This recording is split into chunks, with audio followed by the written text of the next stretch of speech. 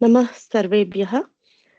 अद्य वेदान्त बेसिक् कक्षायाम् अस्माभिः एकैकं श्लोकं ईशोपनिषदः एकैकं श्लोकं चित्वा प्रदर्शनं करणीयं भवति। अत्र भाषात्रयम् आसीत्, तत् उपयुज्य करणीयं भवति। मम प्रदर्शनम् एतदस्ति। आदौ मङ्गलाचरणम्। ॐ अज्ञानतिमिरन्धस्य ज्ञानाञ्जनाशलाकया चक्षुरुन्मिलितं येन तस्मै श्रीगुरवे नमः। आदौ सर्वश्लोकान् वयं पठामः। श्री ईशावास्योपनिषत्। ॐ पूर्णमदः पूर्णमिदं पूर्णात् पूर्णमुदच्यते पूर्णस्य पूर्णमादाय पूर्णमेवावशिष्यते। ईशावास्यमिदं सर्वं यत्किञ्चित् जगत्यां जगत् तेन त्यक्तेन भुञ्जीथा मा घृधा कस्यचित् धनम्। कुर्वन्नेवेह कर्माणि जिजीविषेच्छतं समाः। एवं त्वयि नान्यथेतोऽस्ति न कर्म लिप्यते नरे। असुर्याः नाम ते लोका अन्धेन तमसावृताः तांस्ते प्रेत्याभिगच्छन्ति ये चात्महनो जनाः। अनेजदेकं मनसो जवीयो नैन देवा आप्नुवन् पूर्वमर्षत् तद्धावतो अन्यान् अत्येति तिष्ठत् तस्मिन्नपो मातरिश्वा दधाति। तदेजति तन्नेजति तद्दूरे तद्वन्तिके तदन्तरस्य सर्वस्य तदु सर्वस्यास्य बाह्यतः। यस्तु सर्वाणि भूतानि आत्मन्येवानुपश्यति सर्वभूतेषु चात्मानं ततो न विजुगुप्सते। यस्मिन् सर्वाणि भूतानि आत्मैवाभूद्विजानतः तत्र को मोहको कशोक एकत्वम् अनुपश्यतः। सपर्यगाच्छुक्रमकायम् अव्रणम् अस्नाविरं शुद्धम् अपापविद्धम् कविर्मणिषी परिभू स्वयंभू याथा तथ्यथोऽर्थान् व्यदधात् शाश्वतीभ्य समाभ्य। अन्धं तमः प्रविशन्ति ये अविद्यामुपासते ततो भूय इव ते तमो यौ विद्यायां रताः। अन्यदेवाहुर्विद्यया अन्यदाहुरविद्यया इति शुश्रुमद्धीराणां येनस्तद्विचक्षिरे। विद्यां च यस्तद्वेदो भयं सः अविद्यया मृत्युं तीर्त्वा विद्ययामृतमश्नुते। अन्धं तमः प्रविशन्ति ये सम्भूतिमुपासते ततो भूयैव ते तमो ययु सम्भूत्यां रताः। अन्यदेवाहु सम्भवात् अन्यदाहुरसम्भवात् इति शुश्रुमद्धीराणां येनस्तद्विचक्षिरे। सम्भूतिं च विनाशं च यस्तद्वेदो भयं सः विनाशेन मृत्युं तीर्त्वा सम्भूत्याममृतमश्नुते। हिरण्मयेन पात्रेण तत्यस्यापि हितं मुखं तत्त्वं पूषन्नपावृणु सत्यधर्माय दृष्टये। पूषन्नेकर्षे यमः सूर्य प्रजापत्यव्यूहा रश्मीन् समूह तेजो यत्ते रूपं कल्याणतमं तत्ते पश्यामि योऽसावसौ पुरुषः सोऽहमस्मि। वायुरनिलम् अमृतं मतेऽधं भस्मान्तं शरीरम्। ॐ क्रतुस्मर कृतं स्मर क्रतुस्मर कृतं स्मर। अग्नेनय सुपथाराये अस्मान् विश्वानि देव वयुनानि विद्वान् योध्यस्म जुहुराणमेनो भूयिष्ठां ते नम उक्तिं विधेम। इदानीं वयं चर्चां कुर्मः। अहं 15 श्लोकं चितवती। श्लोकं भवति पुनः। हिरण्मयेन पात्रेण सत्यस्यापिहितं मुखं तत्त्वं पूषन्नपावृणु सत्यधर्माय दृष्टये। आदौ एकवारमेव पदच्छेदः अन्वयः वक्ष्यामि। पश्चात् भाषत्रये अर्थं किं भवति इति पश्यामः। पदच्छेदः भवति हिरण्मयेन पात्रेण सत्यस्य अपिहितं सत्यस्य अपिहितं मुखं तत्त्वं पूषन् अपावृणु सत्यधर्माय दृष्टये। अन्वयः भवति हिरण्मयेन पात्रेण सत्यस्य मुखम् अपिहितम् अस्ति। हे पूषन् तत्त्वं सत्यधर्माय मम दृष्टये अपावृणु। आदौ अद्वैतमते भाष्यानुसारेण कथं भवति अर्थः इति पश्यामः। मन्त्रसम्बन्धः आदौ उच्यते। यः उभयसत्यनिष्ठवान् नाम ब्रह्म उपासीनः अपि तु यथोक्तकर्मकृत् च तः अन्तकाले प्राप्ते सत्यात्मनः प्राप्तिद्वारम् एवं रीत्या याचते। हिरण्मयेन नाम हिरण्मयं ज्योतिर्मयम् इति तेन तृतीयविभक्ति पात्रेण अपिधानभूतेन आवरणेन सत्यस्य आदित्यमण्डलस्थस्य ब्रह्मणः सूर्यमण्डले स्थितस्य ब्रह्मणः अपिहितम् आच्छादितम् आवृणं मुखं द्वारं पूषन् जगतः पोषणात् पूषा रविः सूर्यः अपावृणु अपसारय सत्यधर्माय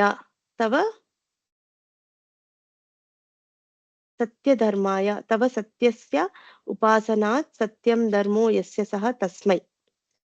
अत्र बहुव्रीहिसमासः भवति। सत्यं धर्मो यस्य सः सत्यधर्मः तस्मै चतुर्थीविभक्ति सत्यधर्माय। सोऽहम् इति अङ्गीकृतम् इति कारणेन अद्वैतमते मह्यम् इति भवति। अथवा यथोक्तस्य धर्मस्य अनुष्ठात्रे जीवाय नाम यः जीवः यथोक्त वेदोक्त धर्मान् अनुष्ठितवान् तस्मै इति दृष्टये नाम तव सत्यात्मनः दर्शनार्थं। कस्मै? मह्यम् अथवा जीवाय इति। आहत्य तात्पर्यं भवति। आहत्य तात्पर्यं ज्योतिर्मयेन आवरणेन आदित्यमण्डलस्थस्य ब्रह्मणः द्वारम् आच्छादितम् अस्ति। हे सूर्य तत्त्वम् अपसारय तेन अहं यथोक्तस्य धर्मस्य अनुष्ठाता जीवः तव सत्यात्मनः दर्शनं प्राप्नोमि। अहमेव तत् परब्रह्म इति जानामि इति तात्पर्यम्। अत्र आहत्य परब्रह्म एव परब्रह्म प्रार्थयति। निजस्वरूपं ज्ञातुम् आवरणं त्यजतु इति। तद्भवति अद्वैतमते तात्पर्यम्। अग्रे विशिष्टाद्वैते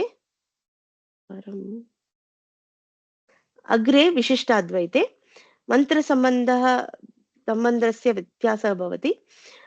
एवं सांग भगवत भक्तिम् उपदिश्य तत् निष्ठस्य अनुसन्धानार्थं मन्त्रद्वयम् उपदिशति। नाम अत्र भगवद्भक्तिम् एवं कथम् अनुसन्धानं करणीयम् इति अग्रे मन्त्रद्वयेन उक्तम् इति। मोक्षं यः कामयति सः अग्रिममन्त्रद्वयं पठेत्। हे पूषन्, हे आदित्य अन्तर्यामिन्, आदित्यस्य नाम सूर्यस्य अन्तर्यामी यः ईश्वरः अस्ति तम् उद्दिश्य, सत्यस्य नाम सत्यशब्देन स्वरूप विकाररहित जीवात्मा जीवः उच्यते। अत्र सत्यस्य नाम जीवस्य इति। ओके, अत्र अन्ये को रेफरेन्सेस् अस्ति, सत्यं चानृतं च इति। मुखं मुखवत् नाम अनेक इन्द्रियाणां मुखसदृशं मन इत्यर्थः। अत्र विशिष्ट अद्वैते मुखं नाम तत्र अद्वैतवेदान्ते मुखं नाम द्वारमिति स्वीकृतमस्ति। अत्र मुखं नाम मनः इति स्वीकृतमस्ति। हिरण्मयेन हिरण्यसदृशेन भोग्यवर्गेण इति यावत्। अत्र हिरण्मये नाम यत् आकर्षणीयमस्ति, अस्माकं दूरे नयति, भ्रमणः चिन्तनं चिन्तनात् दूरं नयति, तद् भवति भोग्यप्रपञ्चम् इति। तद् आकर्षणीयमस्ति खलु, तदेव। पात्रेण नाम परमात्मा विषयक प्रतिरोधेन प्रतिरोधकेन, यः परमात्मा विषयं ज्ञातुं प्रतिरोधकं भवति इति। अपिहितम् आच्छादितम् अपावृणु तिरोधानं कुरु, दूरीकरोतु इति। सत्यधर्माय सत्यस्य जीवस्य धर्मभूताय, यः जीवः धर्म धर्मभूतः अस्ति तस्मै इति। तस्मै दृष्टये ईश्वरस्य दर्शनार्थम्। तात्पर्यमाहत्य भवति, यद्यपि हृदि समीपे निकटे परमात्मा अस्ति चेदपि भोग्यविषयकं प्रतिबन्धकम् अस्ति इति कारणेन तद् द्रष्टुं न शक्नुमः। वयं परमात्मा द्रष्टुं न शक्नुमः, यतोहि जीवः भोग्यप्रपञ्चे रतः अस्ति इति कारणेन तज्जीवस्य मम मुखस्थानीयस्य मनसः आवरणं हे आदित्य अन्तर्यामिन्, हे ऋषिकेश त्वं तिरोधानं कुरु नाम दूरीकरोतु। तत् आवरणं नाम भोग्यप्रपञ्चात् यत् आकर्षकम् अस्ति तत् दूरीकरोतु। तद् आकर्षकं तद् भवतु नाम नाम प्रपञ्च न नश्येत्, परन्तु प्रपञ्चस्य भोग्य भोक्तव्यम् इति आशा अस्ति खलु, तद् निरस्तं कुरु इति। किमर्थम् ईदृशी प्रार्थना इति चेत् सत्यस्य जीवस्य तद्दर्शनाय, नाम सत्यस्य जीवस्य भगवतः दर्शनार्थम् इति भावः। अत्र हृषीकेशः नाम किमर्थं प्रार्थयते हृषीकेशम् इत्युक्ते, सः ऋषिकानां नाम इन्द्रियाणाम् ईशः।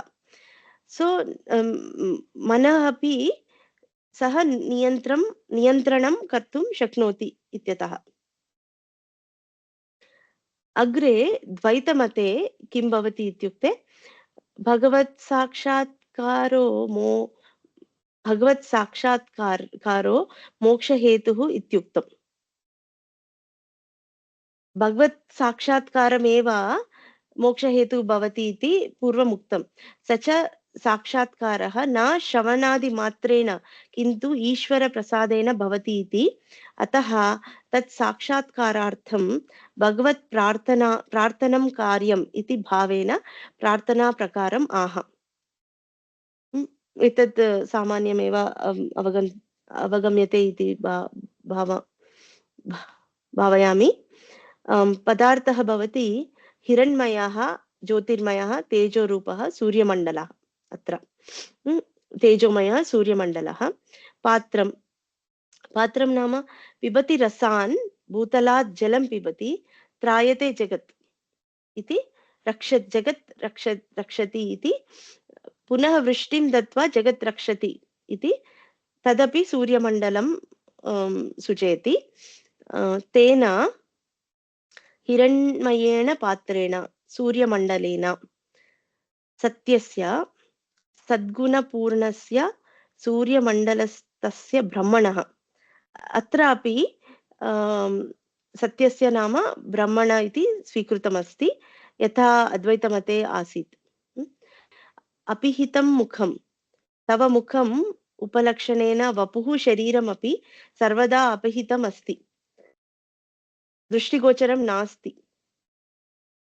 पिहितं नाम अपिहितं, तद् उभयं समानमेव। नाम मुखं मुखात् आरभ्य शरीरं सर्वमपि दृष्टिगोचरं नास्ति इति भावः। हे पूषण, हे पूर्ण, अत्र पुष् नाम पुष्टौ इति धातोः पूषण भवति। सत्यधर्माय, सत्यं भगवन्तं हृदये धारयति इति सत्यधर्मः। तस्मै भक्ताय नाम जीवाय मह्यम् इति। दृष्टये त्वद्दर्शनार्थम् अपावृणु, अपगतावरणं कुरु, दूरीकरोतु, तदेव भावः। तात्पर्यम् आहत्य भवति सूर्यमण्डलेन तेजसा सूर्यमण्डलस्तस्य सद्गुणपूर्णस्य भवतः मुखं शरीरं च सर्वदा सर्वथा दृष्टिगोचरं नास्ति। मया तव भक्तेन तद्वहु वपुः ध्यानार्थं दर्शनार्थं च हे पूर्णा त्वं तेजोरूपम् आवरणं दूरीकरोतु। सूर्यमण्डलस्य तेजः तद् अन्तस्य भगवतः मुखं शरीरं च आच्छादितं कृतम्, अतः तद् दूरीकरोतु, तद् तेजः दूरीकरोतु, यतोहि अहं तव दर्शनं कर्तुं शक्नोमि इति प्रार्थना। आहत्य भाषात्रयं स्वीकृत्य व्यत्यासः कुत्र भवति इति पश्यामः एकवारं पुनः। फस्ट् कालम् मध्ये सरल अन्वयः अस्ति, यत् वयं पूर्वं दृष्टम्, अपि तु अन्यत् कालं मध्ये अन्यमते भवति। अन्वयः हिरण्मयेन पात्रेण, अद्वैतमते तु ज्योतिर्मयेन आवरणेन इति स्वीकृतं। तदपि सूर्यमण्डलं सूचयति। द्वैतमते अपि सूर्यमण्डलेन तेजसा इति सूर्यमण्डलं सूचयति, तत् समानमेव। विशिष्ट अद्वैते तु आकर्षितेन भोग्यविषयेन इति स्वीकृतमस्ति। यत्र व्यत्यासमस्ति तत्र अहं कलर् कोडिङ्ग् कृतवती, हैलैट् कृतवती, तत् द्रष्टुं शक्नुमः सरलेन इति, सरलतया इति। सत्यस्य, अत्र अद्वैतमते सत्यस्य नाम आदित्यमण्डलस्तस्य ब्रह्मणः। तदपि द्वैतमते अपि एकमेव, अद्वैतमण्डलस्तस्य भवतः ब्रह्मणः, यतोहि नारायण एव परब्रह्म इति स्वीकृतमस्ति द्वैतमते। विशिष्ट अद्वैते सत्यस्य नाम जीवस्य इति, जीवस्य मुखस्थानीयस्य इति स्वीकृतमस्ति। मुखं नाम द्वारम् इति अद्वैतमते, विशिष्ट अद्वैतमते मनः, द्वैतमते मुखं शरीरं च इति। अत्र सर्वेषां कृते व्यत्यासम् अस्ति। अपिहितम् अस्ति, तद् समानमेव आच्छादितमस्ति इति सर्वे भाषत्रये तदेव अस्ति। हे पूषण, हे सूर्य इति अद्वैतमते, हे आदित्य अन्तर्यामिन् इति विशिष्ट अद्वैते, हे पूर्ण इति द्वैतमते, तत्त्वं समानमेव भाषत्रये। सत्यधर्माय मम दृष्टये, अद्वैतमते तु मम परब्रह्म स्वरूप ज्ञानार्थं, नाम अहमेव परब्रह्म इति ज्ञानं प्राप्नोमि इत्यतः इति दूरीकरोतु, अज्ञानं दूरीकरोतु इति प्रार्थना। विशिष्ट अद्वैत तु मम ईश्वरस्य दर्शनार्थम्, अहम् ईश्वरस्य दर्शनं कुर्यात् इति प्रार्थना। द्वैतमते समानमेव विशिष्टाद्वैतमते तद्वत् मम भवद्वपुः दर्शनार्थम् इति अपावृणु दूरीकरोतु तदेव आहत्य भाषत्रये वयं हिरण्मयेन पात्रेण इति श्लोकं चर्चितवन्तः पुनः एकवारं श्लोकं वक्ष्यामि हिरण्मयेन पात्रेण सत्यस्यापि हितं मुखं तत्त्वं पूषन्नपावृणु सत्यधर्माय दृष्टये धन्यवादः